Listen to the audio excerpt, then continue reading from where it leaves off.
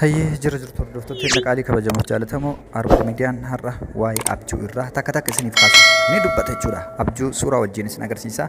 Warroonni abjuu qaban bakka kamittuu galma akka gahan odeeffannoo tokko tokko isiniif kennuudhaaf kutatee dhufee jira.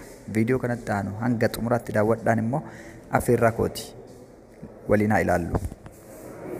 Hayyee yooyyaa harka fuunee jira jirtu hordoftoota qaalii kabajamoo jaalatamoo viidiyoo kanarratti wanti arginu hojii dhaabbata tokko keessa seenneetiin dhaabbanni kun waa'ee maalii leenjisaa leenjii maalii kennaa akkamitti immoo waa'ee leenjii tokko kennuu danda'a akkuma san immoo dhaabbata kana keessatti maal argina maali wanti akkatti maxxanee jiru kun jennee wal gaafachuus dandeenya asirratti kan arginu kunneen hundi isaatu abjuudha jechuudha abjuu jireenya ofii keessatti ilmi namaa tokko milkeessuu barbaadu tokkoon tokko waa'ee abjuu kana waliin ilaalla jechuudha fakkeenya iddoo kana dhufnee my name is Muhammad Hassan my dream jedha abjuun Muhammad Hassan kun kana fakkaata jechuudha real life amma jiraataa jiruu fi jireenya gara fuula duraatti guyyaa ittiin waan milkeessuu barbaadu faa barreessee jira jechuudha bara 2024 akka faranjootaatti waggaa tokko booda konkolaataa tan akka bitu maxxansee jira jechuudha maatii isaa kan amma real jiraataa jiru inni kan maxxansee itti aanee mootu 2030tti konkolaataa akkamii akka bituu qabullee kun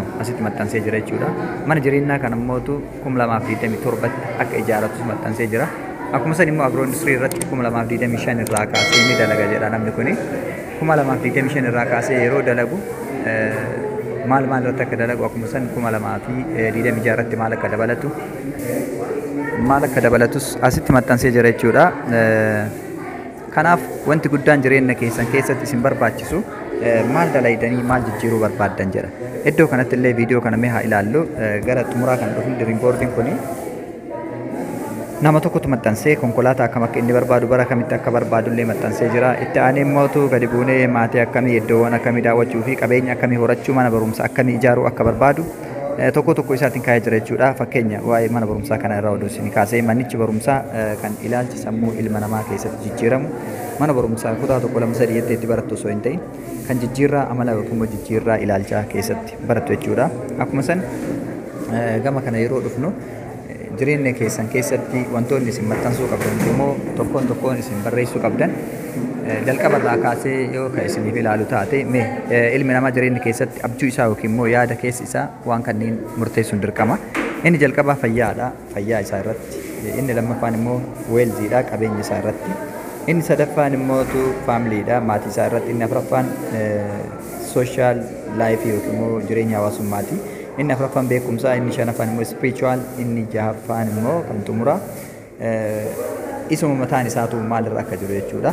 Akkuma san asirratti waliigala yoo abjuu kana guutuu isaa ilaalle manni barumsaa kunillee guutumaan guutuutti jijjiirraa amala yookiin immoo ilaalcha namni tokko jireenya isaa keessatti akkamitti guddachuu qaba akkamitti immoo jireenya isaa keessatti milkaa'uu qaba kan jedhu of keessaa qaba jechuudha.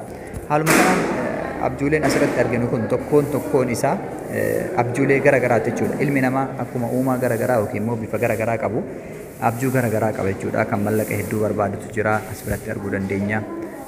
Kan immoo tuyyuu manneen garagaraa konkolaataa garagaraa amantii isaatii wanta garagaraa barbaadutu jira. Akkuma san immoo irra deemnee mee haa ilaalluti. Abjuun kun waa hedduu of keessatti qaba jechuudha. Namuu waanuma yaade waan garagaraa maxxansa.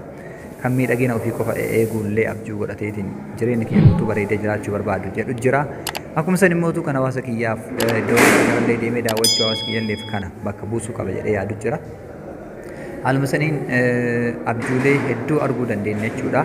Dhaabbatichi kun maaliif waan kana godhe yoo jettan dhaabbanni kamiyyuu hojii mataa isaa qaba pilaatfoormii yookiin haala kaffaltii mataa isaa yookiin immoo siistama ittiin kaffalu mataa isaa qaba. Haa ta'u garuu ilmi namaa jireenya isaa keessatti kaayyoo karoora garagaraa qabaachuu danda'a jechuudha. Abjuu garagaraa qabaachuu danda'a. Dhaabbata kanatti waan makame qofaaf hin jechuudha. Abjuun kun keessa isaa kan jiru waan barbaadu jechuudha. Wanni inni barbaadu wayii keessa isaa jira. Waan inni barbaadu san asirratti fidee maxxansuu danda'a jechuudha. Kanaaf ati hoo hangam cimaadha? Ati hoo hangam qophaa'aadha? Ati hoo hangam abjuu keetiif kaka'umsa qabda? Ati hoo hangam abjuu keetiif kutannoo qabda? Ati hoo hangam abjuu kee keessa keetii beekta kan jedhullee asumaan isin gaafachuudhaaf anis dirqamee jira jechuudha. Hordoftoota qaalii kabajamoo jaalatamoo nageenya rabbanaa bakka jirtanitti wajjin haa ta'u abjuu keessan milkeessuuf kutannoo qabaadha. Abjuu keessan galmaan gahuudhaaf yaada gaarii qabaadha.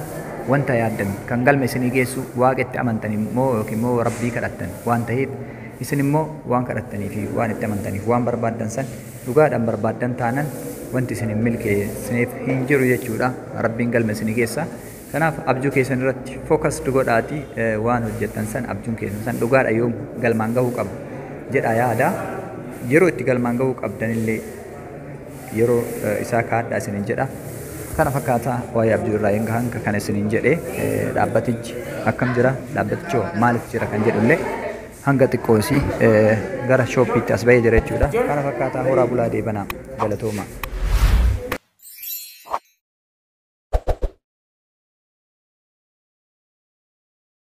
Hordoftoota Seenaa Qaalii kabajamoo jaalatamoo waa'ee abjuu irraa hanga kan erga isinii kaase kutaa lammaffaa keessatti kutaa biraatiin akkamitti akka qabadhee waan biraa isiniif dhiyaadhu hojii keenya irratti cimnee dalaguudhaaf wantoota murteessoo ta'an hundee bu'uuraa kan ta'an isiniif qabadhee dhufa.